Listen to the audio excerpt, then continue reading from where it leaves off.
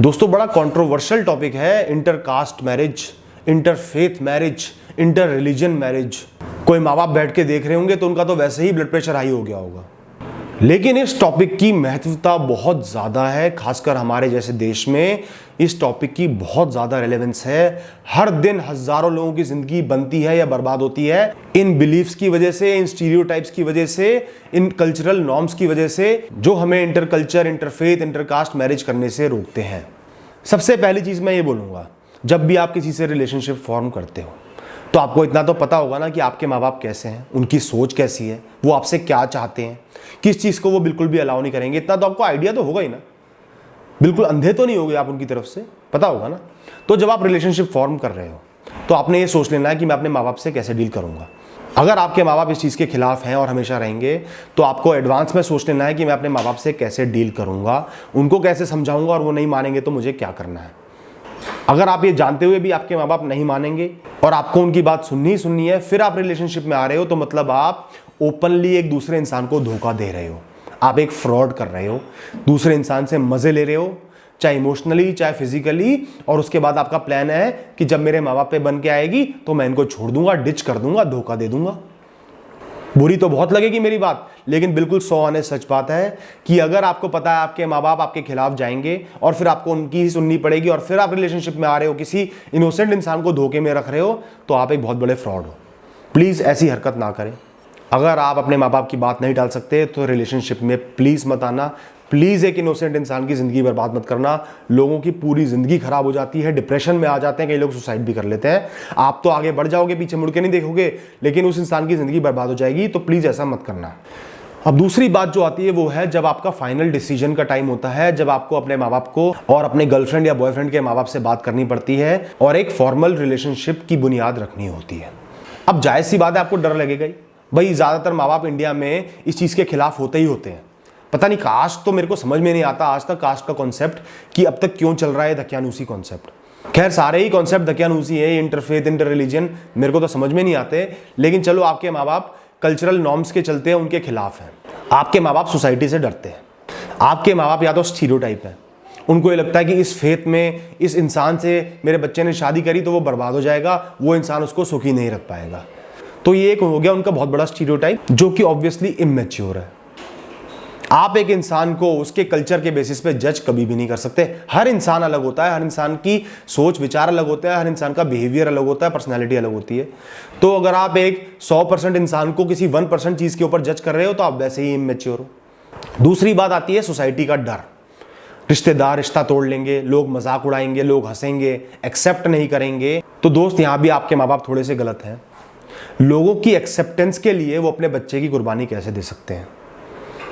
जिस इंसान से उनका बच्चा प्यार करता है, पूरा जीवन बिताना चाहता है, उस इंसान से अपने बच्चे को अलग करके, अपने बच्चे को डिप्रेशन में डाल के, स्ट्रेस में डाल के, कि वो जिंदगी भर हर दिन रिग्रेट करता रहे, माँ बाप सोसाइटी के लिए इतना बड़ा कॉम्प्रोमाइज़ कैसे कर सकते हैं? क्या सोसाइटी इतनी ज़रूरी है? अपने बच्चों से अगर सोसाइटी ज़रूरी है तो फिर बच्चों के लिए भी माँ बाप ज़रूरी नहीं होंगे। गिव एंड टेक रिलेशनशिप है। अगर माँ बाप अपने बच्चे को इतनी इंपॉर्टेंस नहीं दे पा रहे, सोसाइटी को सर्वोपरि रख रहे हैं, तो फिर बच्चों से उन्हें एक्सपेक्ट नहीं करना चाहिए। इसके अलावा और भी कई कारण हैं कि माँ बाप उस शादी के खिलाफ होते हैं। अब दुविधा ये आती है, वो एक इंसान फंस जाता है। एक तरफ तो उनका प्यार है, सालों उस इंसान के साथ बिताए हैं, इतना प्यार है, सारे सपने संजोए हैं, उनके साथ ही जीवन जीना चाहते हैं, बहुत ज़बरदस्त अट्रैक्शन और लव है उनके साथ, उनको एक पल के लिए भी नहीं छोड़ सकते, और जीवन भर के लिए छोड़ देना तो बस की बात ही नहीं है।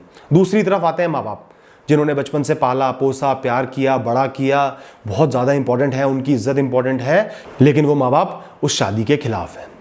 अब वो इंसान फंस गया बुरी तरह, क्या करें? अक्सर मेरे पास मैसेज आते हैं कि अब हम क्या करें, मेरे को तो सुसाइडल फीलिंग हो रही है, मेरा जीवन से मन भर गया, मेरे माँ बाप मेरे गर्लफ्रेंड बॉयफ्रेंड के खिलाफ है, मैं कैसे आगे बढ़ूँ, मुझे भैया कुछ समझ में नहीं आ रहा, बिस्तर से निकलने का ही मन नहीं कर रहा। ऐसे लोगों को मैं एक ही बात कहता हूँ कि भैया तुम क्यों इस इतनी बड़ी दुविधा में फंस रहे हो? तुम्हें क्या जरूरत है इतनी बड़ी दुविधा में फंसने की? तुम दो लोगों से प्यार करते हो, एक है तुम्हारा बॉयफ्रेंड गर्लफ्रेंड, एक है तुम्हारे माँ बाप। तुमने उन दोनों पे चॉइस छोड़ देनी है ना। अगर तुम्हारा बॉयफ्रेंड गर्लफ्रेंड कह रहा है कि मैं तुम्हारे माँ बाप को एक्सेप्ट नहीं करूंगा, तो आप उनसे ये कह देना कि भैया मेरे माँ बाप को एक्सेप्ट करना ही पड़ेगा, मैं अपने माँ बाप से बहुत प्यार करता हूँ और अगर तुम मुझे प्यार करते हो उनको एक्सेप्ट करना पड़ेगा। उसके बाद वो कहते हैं कि मैं एक्सेप्ट नहीं कर पाऊंगा तुम्हारे माँ बाप को, तो फिर वो आपकी ज़िंदगी से जा सकते हैं, आपकी कोई गलती नहीं। ऐसे ही अपने माँ बाप को बोल देना कि मम्मी पापा मैं आपसे बहुत प्यार करता हूँ, बहुत प्यार करती हूँ, आपकी हमेशा इज्जत करती हूँ, करती रहूँगी, हमेशा आपके साथ खड़ी रहूँगी, लेकिन मैं उस इंसान से भी प्यार करती हूँ, उन्हीं से शादी कर सकती हूँ, उन्हीं के साथ जीवन व्यतीत कर सकती हूँ, वरना मेरा जीवन बेकार हो जाएगा, मैं हर दिन रिग्रेट करूँगी, डिप्रेशन में आ जाऊँगी। आपके ऊपर चॉइस है, मैं आपको हमेशा प्यार करती रहूँगी, आपका मन है, आप मुझे चाहे तो इस घर से धक्के मार के निकाल दो, अपनी ज़िंदगी से निकाल दो, मैं खड़ी हूँ, मैं हमेशा आपके साथ रहूँगी, लेकिन आप अगर मुझे निकाल दोगे तो आपका मन है, मैं उस इंसान को नहीं छोड़ूंगी। चॉइस आपने उन दोनों पार्टीज़ को दे दी, अब उनका मन है, उन्होंने क्या करना है। अगर आपके माँ बाप आपको अपनी ज़िंदगी से निकाल रहे हैं तो ठीक है, फिर उनका मन है, आपने तो उनको नहीं निकाला ना, आप तो उनके साथ खड़े हुए हो, आपने कमिटमेंट किया है कि मैं बुरे वक्त में अच्छे वक्त में आपके साथ खड़ी रहूँगी या खड़ा रहूँगा। उन्होंने आपको निकाल दिया तो ठीक है, फिर आप जाके उस इंसान से शादी कर लो। आप अपने पाथ पे, अपने रास्ते पे गलत नहीं होने चाहिए, ऑनेस्ट होने चाहिए। जिस भी इंसान से आप प्यार करते हो, जो भी इंसान आपको प्यार करता है, उसके प्रति डेडिकेटेड होने चाहिए। माँ बाप है, उनके प्रति डेडिकेशन होना चाहिए। लेकिन अगर आपके माँ बाप ही आपको वैल्यू नहीं कर पा रहे, आपकी सोच को समझ नहीं पा रहे, आपकी खुशियों को समझ नहीं पा रहे और आपको अपनी ज़िंदगी से निकाल देना चाहते हैं या ब्लैकमेल कर रहे हैं, तो भैया फिर उनका मन है। और कई लोगों के माँ बाप तो भैया ब्लैकमेल करने लगते हैं, हम अपनी जान दे देंगे, हम सुसाइड कर लेंगे। कितनी गलत बात है यार, आप कैसे ये हरकत कर सकते हो, ये तो क्रिमिनल एक्टिविटी है। किसी इंसान को सुसाइड के लिए आप मजबूर कर रहे हो, आप करो ना करो, वो इंसान मजबूर हो जाएगा सुसाइड करने के लिए। इतने घोर डिप्रेशन में, स्ट्रेस में आप एक बच्चे को डाल रहे हो कि हम सुसाइड कर लेंगे उससे शादी करी तो, इतनी बड़ी दुविधा में डाल रहे हो, बहुत ही गलत कर रहे हो और एक क्रिमिनल एक्टिविटी है। और अगर आपके माँ बाप ऐसी हरकत करते हैं, आपको ब्लैकमेल करते हैं, तो प्लीज माँ बाप हो चाहे कोई हो, कभी भी ब्लैकमेल किसी का मत सहना। ब्लैकमेल जो आदमी सहता है, जो औरत सहती है, उसके साथ हमेशा अंत बुरा ही होता है। किसी को कोई आपका सीक्रेट भी पता और ब्लैकमेल कर रहा है, ब्लैकमेल में कभी मत पड़ना, एक्सेप्ट कर लेना, अपने आप मजाक उड़वा लेना, पब्लिकली सामने आ जाना, लेकिन ब्लैकमेल को एक्सेप्ट मत करना, क्योंकि ब्लैकमेल एक बार नहीं होता, बार बार होता है, जिंदगी भर होता है, पूरी जिंदगी आपकी बेकार कर देता है। तो अगर आपके माँ बाप आपको ब्लैकमेल करने पे उतर आए हैं तो प्लीज ब्लैकमेलिंग मत लेना। हाथ जोड़ के रिक्वेस्ट है, चाहे बहुत लोग जो देख रहे होंगे उनको बुरा भी लगेगा, लेकिन प्लीज ब्लैकमेलिंग किसी की भी मत लेना।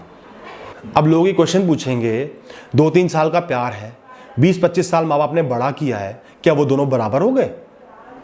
क्या माँ बाप की वैल्यू उनकी वैल्यू बराबर हो गई? तो आपका जवाब मैं दूंगा, हर रिलेशनशिप अलग होता है।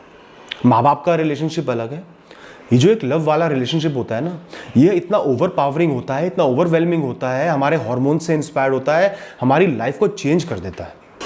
और ये एक इंसान के साथ नहीं, सब इंसानों के साथ होता है।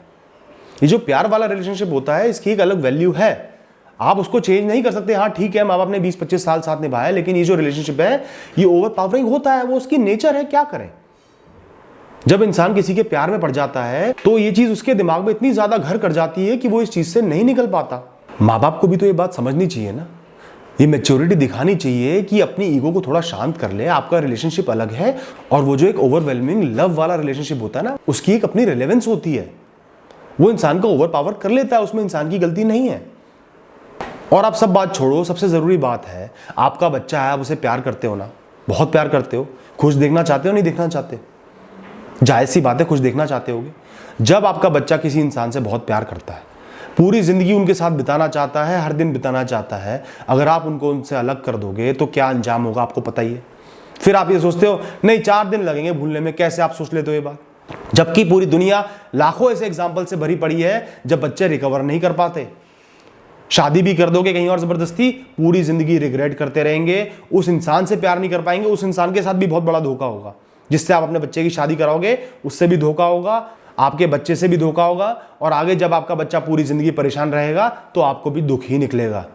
नहीं यार, उस समय मैं सोसाइटी से लड़ जाता और उसकी शादी उस इंसान से करा देता तो आज मेरा बच्चा खुश होता। लेकिन आपके इस रिग्रेट से आपके बच्चे की जिंदगी वापस नहीं आएगी।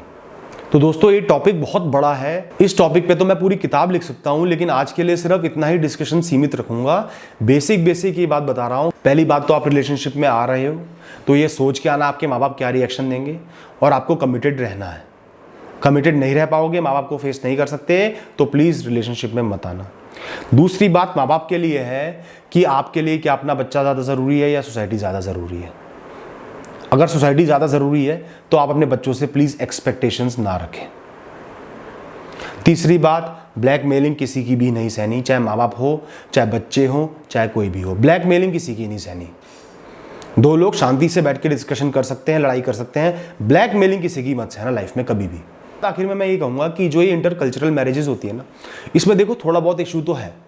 क्यों? दो लोग अलग अलग कल्चरल बैकग्राउंड से आते हैं, कल्चर्स, रिचुअल, सब चीज़ें अलग होती हैं, तो थोड़ी सोच विचार का फर्क आ जाता है। इनफैचुएशन के चलते आप उस चीज़ को रियलाइज़ नहीं कर पाते, लेकिन जब शादी हो जाती है ना, तो वो छोटी छोटी चीज़ें बहुत ज़्यादा चुभने लगती हैं, वो डिफरेंसेस जो होते हैं वो चुभने लगते हैं। तो कभी भी आप किसी से प्यार में पड़ते हो तो आप ये एश्योर कर लेना कि वो प्यार है भी या नहीं है। सिर्फ इनफैचुएशन तो नहीं है, सिर्फ उनकी बॉडी से, उनकी स्किन से, उनकी सुंदरता से लगाव तो नहीं है। इस बात को सोचने में बहुत टाइम लगाना और किसी इंसान से डिक्लेयर करने में कि हाँ मुझे उनसे प्यार है, कम से कम 6 महीने, साल भर उनके साथ प्रॉक्सिमिटी में रहना बहुत ज़रूरी है। पहली नज़र का प्यार इस दुनिया का सबसे बड़ा धोखा है। वो प्यार नहीं होता, सिर्फ इन्फैचुएशन होती है, बहुत जल्दी ढल जाती है।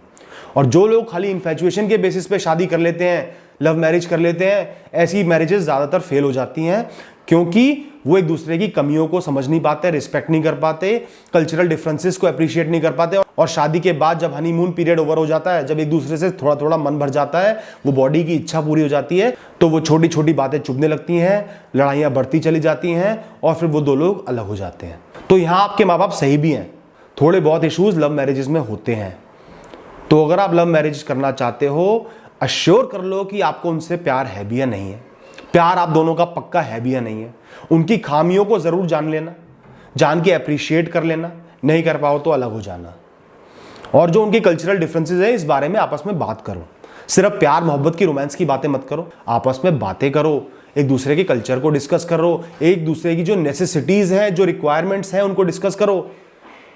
मुझे बच्चा नहीं चाहिए, कई पार्टनर्स की ऐसी रिक्वायरमेंट होती है, आप शुरू में बात डिस्कस नहीं करते और शादी के बाद फिर प्रॉब्लम आ जाती है। मुझे वर्किंग पार्टनर नहीं चाहिए, ऐसी आपकी रिक्वायरमेंट है, लेकिन आपने अपने पार्टनर को नहीं बोला, फिर शादी के बाद प्रॉब्लम आ जाएगी। तो अपनी जो क्रिटिकल रिक्वायरमेंट्स है वो ज़रूर डिस्कस कर लेना, एक्सेप्ट कर लेना, बात कर लेना, उसके बाद आगे बढ़ना है। ये बात भी आपके लिए बहुत ज़रूरी है अगर आप एक लव मैरिज करना चाहते हो तो।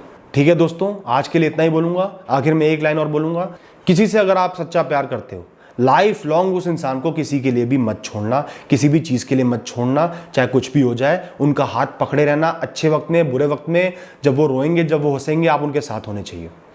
ऐसा कमिटमेंट करके चलना, वरना वो लव बेकार है। Thank you.